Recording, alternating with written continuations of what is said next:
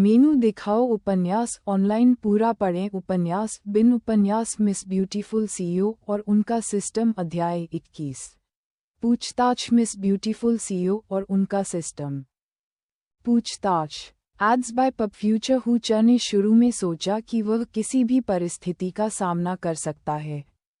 ऐसी सभी फिल्में देखकर जिनमें नायक भयानक घावों की परवाह किए बिना खलनायक पर थूकता है, हुचा का आत्मविश्वास बढ़ गया। वह भी उन्हीं जैसा ही आदमी था। कल्पना तो सुंदर थी, लेकिन वास्तविकता ने उसे कठोर आघात पहुंचाया। जो महिला उससे पूछ रही थी, उसके क्रोध ने उसकी सोचने की क्षमता को स्तब्ध कर दिया। उसने इसे क्रोध इसलिए कहा क्योंकि उसने उससे बदला लिया था। हुचा को पता नहीं था कि उसने इस देवता को कहाँ अपमानित किया है।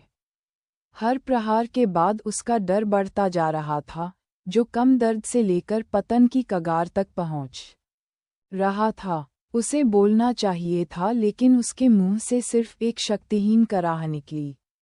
जब वह सब कुछ बताना चाहता था तो इस महिला ने उसे मौका क्यों नहीं दिया। तांग जियाई को पहले से ही पता था कि बेचारे लड़के ने अपनी गलती मान ली है, लेकिन यह मुश्किल नहीं था। वह चाहती थी कि वह पूरी तरह से दिवालिया हो जाए, कम से कम कई अज्ञात पीड़ितों के प्रति अपने पापों का प्रायश्चित तो कर सके। बाद में होने वाले परिणामों के बारे में तांग जियाई को चिंता नहीं थी, क्योंकि उसे पक्का विश्वास था कि उसकी मालकिन उसके बाद के परिणामों का ख्याल रखेगी। मालकिन का नाम लिंग किंगयू था। हालांकि तांग जियाई और शियाओ यू को एक दूसरे को बहन मानने के लिए कहा गया था। हालांकि उनके अवचेतन मन में लिंग किंगयू उनकी मालकिन थी, जिसने उन्हें रहस्यमय अस्तित्व के माध्यम से इस दुनिया में लाया था। उनकी किस्मत उसी से बंधी हुई थी। तांग जियाई ने देखा कि हुचा झींगा की तरह सिकुड़ा हुआ था और उसके हाथ और पैर नीचे कुर्सी से बंधे हुए थे। उसने कबूल करना छोड़ दिया था, लेकिन अभी तक नहीं तोड़ा था। उसने उसे कुर्सी के साथ घसीटा और कठोर सीमेंट फर्श से घर्षण की चीखें निकलीं। जियाओ यू घबरा गई और उत्सुक हो गई कि उसकी बहन जियू क्या कर रही है। जब वह झुकी और उसका सिर कोने से बाहर निकला, तो वह दृश्य लगभग उसकी आंखों से फूट पड़ा। वह अपनी स्थिति में वापस आ गई और अपने मस्तिष्क में समाहित पिछली छवि को झटक दिया। एड्स बाय पब फ्यूचर उसने देखा कि तांग जियाई ने गोदाम के अंदर मौजूद रस्सी का इस्तेमाल करके हुचा को घसीटकर उसके शरीर को हवा में ऊपर उठाया। उसके पैर की उंगलियां जी से 1 सेंटीमीटर दूर थीं। बंधन बिल्कुल आश्चर्यजनक था, पहली बार की तरह नहीं।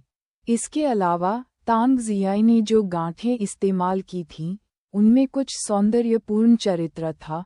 यही कारण था कि जियो यू घबरा गई। उसकी बहन जियाई अवश्य ही एक परपीड़क होगी, अन्यथा ये आश्चर्यजनक बंधन तकनीकें कहाँ से आईं? अपनी उत्कृष्ट कृति को ऊपर से नीचे तक देखते हुए तांग जियाई ने धूल झाड़ने के लिए अपने हाथों को ऊपर से नीचे तक ताली बजाई, संतुष्टि में अपना सिर हिलाया। कुछ सेकंड बाद उसे छींक आई और उसे कुछ समझ में नहीं आया। तांग जियाई ने संदेह से पीछे देखा और उसकी छठी एसएसई ने उसे बताया कि जियाओ यू ही अपराधी होना चाहिए। हवा में लटका हुआ हुचा शक्तिहीन था। खून त्वचा पर बह रहा था और उसका चेहरा सूज गया था। पसीने ने कपड़ों को गीला कर दिया था और वे उसकी त्वचा से लिपट गए थे। उसका प्रतिरोध पहले ही कम हो चुका था, लेकिन उसकी एमी ने इसे अनदेखा कर दिया।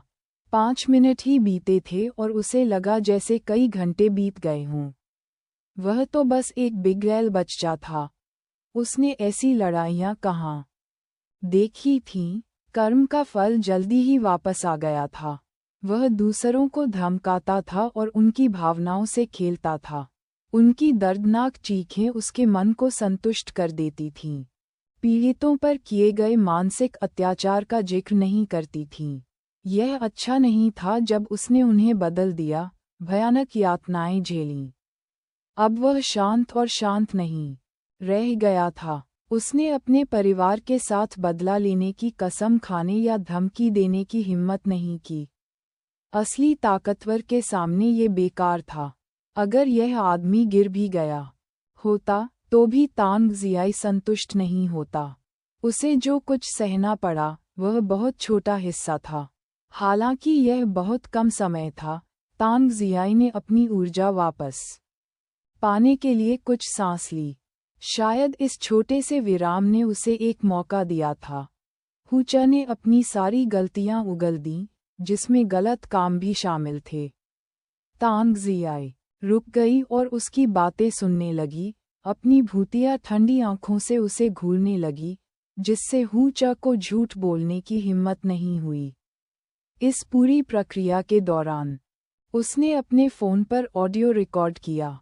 एड्स बाय पब फ्यूचर, मुझे महिलाओं के साथ बलात्कार या अत्याचार नहीं करना चाहिए।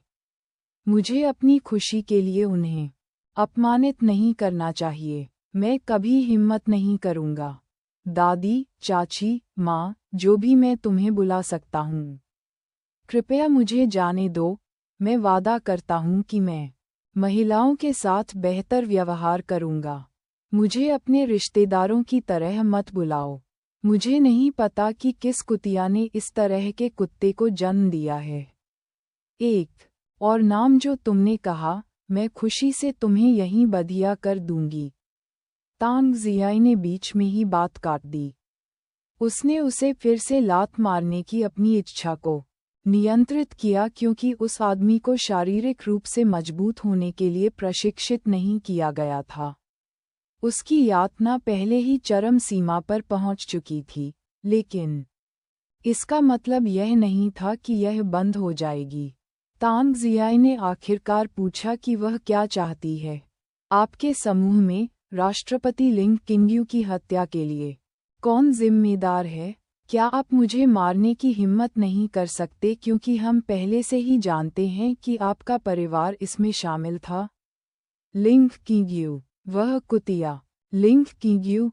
हुचा की आंखें डर से बाहर निकल आईं क्योंकि वह वही था जिसने आदेश दिए थे। अब उसे पता चल गया था कि उसने किसका अपमान किया है। उसके दिल में अंतहीन पछतावा उमड़ पड़ा। उसे कभी भी खुद को उजागर नहीं करना चाहिए। तांग जियाई को उसके मूड में आए हल्के बदलाव का एहसास था और उसे लगा कि उन्होंने किसी ऐसे व्यक्ति से पूछताछ करके बहुत बड़ी किस्मत का खेल खेला है जो बहुत कुछ जानता था। लेकिन ऐसा लग रहा था कि हुचा ने अपनी उत्तेजना वापस पा ली थी और विरोध करना शुरू कर दिया था। चूंकि उसे पक्का पता था कि तांग जियाई निर्दयी है, किसी भी महत्वपूर्ण संदेश को हासिल करने से पहले उसे मारने से बचने के लिए उसकी यातना शैली सीधे हित से बदलकर एक्यूपंक्चर बिंदुओं के उपयोग में बदल गई। उसने इन स्थानों पर दबाव डाला और दर्द ने हुचा को जकड़ लिया, जिससे उसका शरीर कांप उठा। हुचा को अपने दिमाग में तारे और विस्फोट दिखाई दे रहे थे। चिल्लाने की ऊर्जा खत्म हो गई थी। पहले की तरह मांस के टकराने की आवाज़ें नहीं आ रही थीं, लेकिन गाद की कराहें और भी ज्यादा निकल रही थीं। तांग जियाई ने इस प्रक्रिया के दौरान बार-बार पूछा, जहां आखिरकार हुचा ने कबूल किया कि वह अपराधी था और उसने अपनी गलती मान ली। हैरान, तांग जियाई ने साजिश के पीछे से असली साजिशकर्ता के बारे में पूछताछ जारी रखी और उम्मीद के मुताबिक जवाब मिला। अफसोस, उसने सोचा कि वह और भी कुछ हासिल कर सकती है। हुचा को पहचान का कोई अंदाज़ा नहीं था, लेकिन काले हाथ वाले साजिशकर्ता से प्राप्त धन बहुत बड़ा था और उसके लालच ने नौकरी छीन ली। कृपया मुझे जाने दो। मैंने तुम्हें सब कुछ बता दिया है। मुझे पता है। कृपया मिस, हुचा ने हौंफते हुए कहा। दूसरों के लिए इसका अर्थ समझना कठिन था, लेकिन तांग जियाई समझ गई।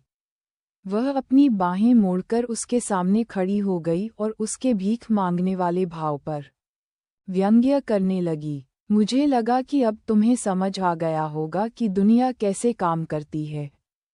क्या ये सभी औरतें और मर्द जिन्हें तुम प्रताड़ित करते हो, तुमसे इसी तरह भीख नहीं मांगती? क्या तुम उन्हें जाने देते हो? तुम्हें जरा सी भी हमदर्दी नहीं है और तुम मुझसे दया की भीख मांग रहे हो? अगर तुम में दयापूर्ण मौत मांगने का ज्ञान है तो शायद मैं तुम्हें दे दूं। लेकिन तांग जियाई ने आगे बढ़कर उस आदमी को लटकाने वाली रस्सी को ढीला कर दिया। हुच जी पर गिर पड़ा, उसकी आंखें डरी हुई थीं। उसने उसे घसीटते हुए बाहर निकाला, फर्श को साफ किया। अब मैं तुम्हें सबसे दर्दनाक मौत तक यातना दे सकता हूँ, ताकि ये शोकाकुल आत्माएं अंततः शांति से आराम कर सकें। तांग जियाई की आवाज़ धीमी और भावहीन थी। हटट नॉवल बनटट। जब जियो यू ने उन्हें पाया तो उसने और तांग जियाई ने एक दूसरे को देखा। जियो यू ने जल्दी से तांग जियाई को संघर्षरत आदमी को गोदाम से बाहर खींचने में मदद की। जिस क्षण उन्होंने हुचा को पकड़ा, उसी क्षण उसका भाग्य निश्चित हो गया। Ads by pub future. उपन्यास बिन लाइट नॉवेल, वेब नॉवेल, कोरियाई उपन्यास और चीनी उपन्यास ऑनलाइन मुफ्त में पढ़ें। आप सैकड़ों अंग्रेजी अनुवादित लाइट नॉवेल, वेब नॉवेल, कोरियाई उपन्यास और चीनी उपन्यास पा सकते हैं जिन्हें दैनिक रूप से अपडेट किया जाता है। उपन्यास ऑनलाइन पढ़ें, लाइट नॉवेल ऑनलाइन पढ़ें, ऑनलाइन मुफ्त पढ़ें, मुफ्त लाइट नॉवेल ऑनलाइन। संपर्क टॉस साइट मैप दान करें।